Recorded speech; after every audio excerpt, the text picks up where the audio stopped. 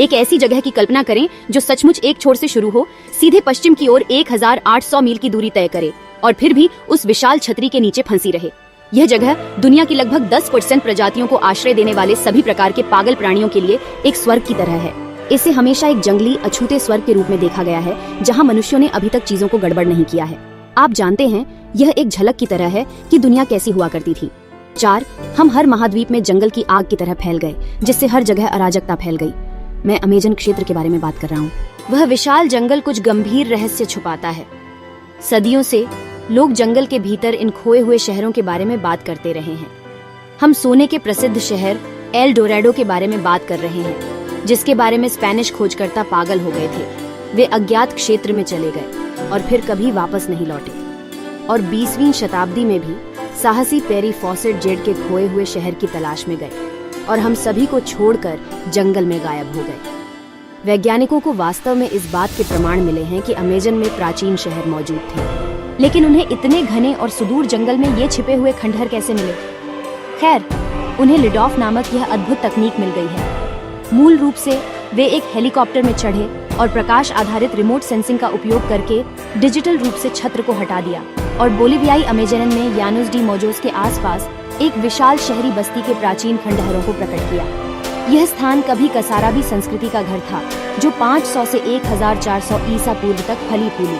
उनके पास विशाल मंच और पिरामिड संरचनाओं वाले ये अविश्वसनीय शहरी केंद्र थे। उन्होंने मीलों और मीलों भूमि में फैली विभिन्न उपनगरीय बस्तियों को जोड़ने वाले रास्ते भी बनाए थे। ये लोग अपने समय से सचमुच आगे थे और उनके पास जलाशयों और नहरों के साथ एक महाकाव्य जल नियंत्रण और वितरण प्रणाली थी।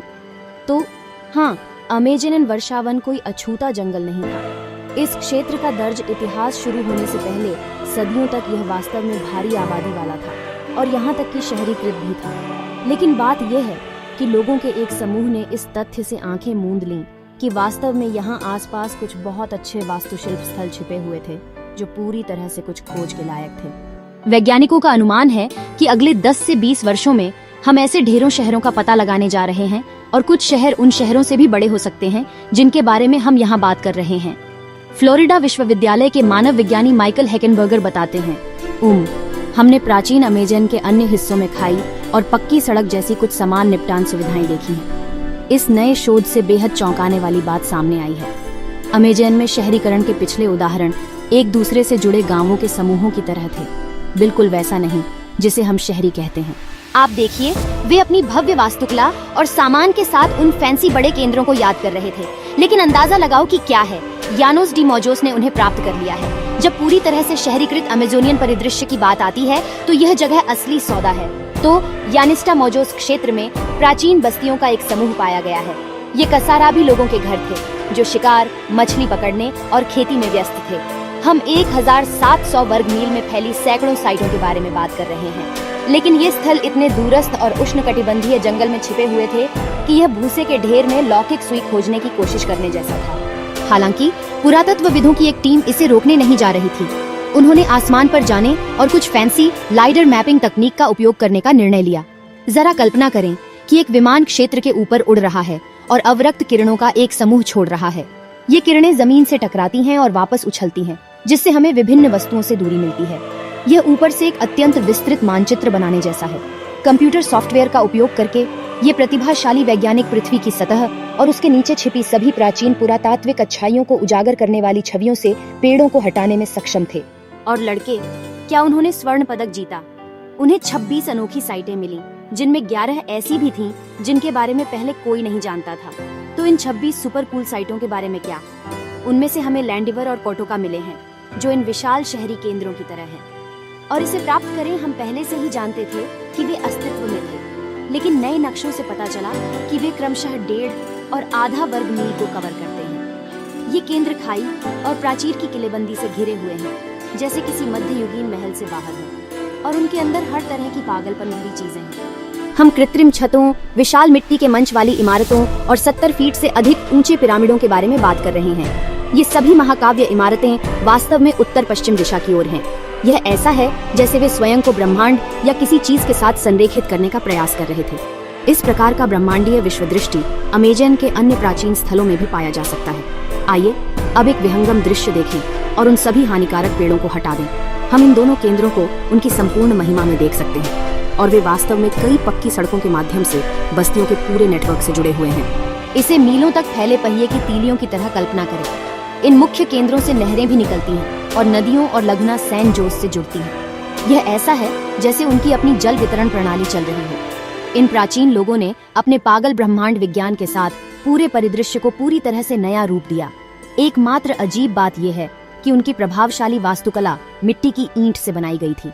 हालांकि उस समय यह अद्भुत दिखता था, लेकिन यह माया द्वारा इस्तेमाल किए गए चूना पत्थर जितना टिकाऊ नहीं था। कसाराबी और उनकी बस्तियों का क्या हुआ, यह अभी भी एक बड़ा रहस्य है। लेकिन साइटों पर डेटिंग के आधार पर ऐसा लग रहा था कि वे 1400 ईसा पूर्व के आसपास गायब हो गए थे, यूरोपीय लोगों के अमेजन में आने से बहुत पहले। एक सिद्धांत यह है कि इस क्षेत्र में भारी सूखा पड़ा और सब कुछ अस्त व्यस्त हो गया। शोधकर्ताओं को विभिन्न स्थलों पर ये विशाल जल भंडार मिले, जो यह देखते हुए काफी दिलचस्प है कि अमेजन कितना बरसाती क्षेत्र माना जाता है। कौन जानता है कि वे पीने के पानी के लिए थे या मछली और कछुए पालने के लिए।